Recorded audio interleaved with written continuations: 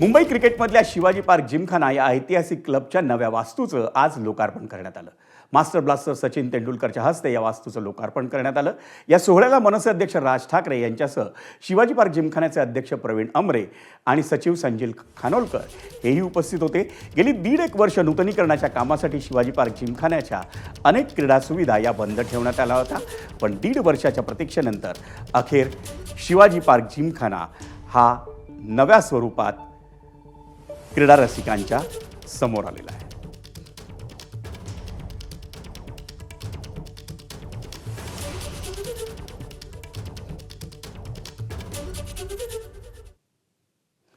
Mumbai क्रिकेटमधल्या Shivaji park Gymkhana या ऐतिहासिक क्लबच्या नव्या वास्तूच्या लोकार्पणाच्या पार्श्वभूमीवर मास्टर ब्लास्टर सचिन तेंडुलकर आणि जिमखान्याचे अध्यक्ष प्रवीण अमरे या दोघांनी काय प्रतिक्रिया दिल्या आपण त्याही पाहूयात. चांगली जी एक थॉट प्रोसेस असते त्यानंतर रिझल्ट्स लागतात. तर हे एक मोठं एक्झाम्पल इकडे की ना आपण म्हणतो की थॉट्स लीड टू ॲक्शन आणि action leads to good performances. तर पहिली इनिंग तर शिवाजी पार्क जिमखाना इथे खेळलेले आहेत. बाकीच्या सगळ्या मुलामुलींच्या हातात आहे की ह्याचा पूर्ण फायदा घ्या, मेहनत करा, प्रॅक्टिस करा. मुंबईचं शिवाजी पार्क जिमखान्याचं, मुंबईचं आणि आपल्या देशाचं नाव मोठं करा.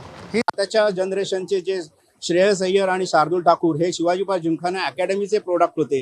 तर त्यांचेही फोटो आहेत की ह्या वास्तूमधनं ते घडले गेले. आणि त्याकरता मला परत सांगावं लागेल की आमच्या ज्या ट्रस्टीज असो, आमचे मॅनेजिंग प्रत्येकाचा ह्यात मोठा वाटा होता आणि सगळ्या सभासदांचा आहे. कारण का 1.5 वर्ष जिमखाना बंद होता, त्यामुळे त्यांनी जे पेशन्स दाखवले ते मला वाटतं फार महत्त्वाचे होते. पण एक उत्कृष्ट असं एक वास्तू निर्माण झाली, त्याला अनेकांचे हात लाभले, राजसाहेबांचे हात लाभले की खूप महत्त्वाचं स्वतःचा वेळ देणं हे त्यांनी करून दाखवलं ह्या वास्तूसाठी. तर मला वाटतं ही वास्तू झाली आहे. अनेकांना मला वाटतं पुढच्या पिढीला याचा आनंद घेता येईल. एबीपी माझा, उघडा डोळे बघा नीट.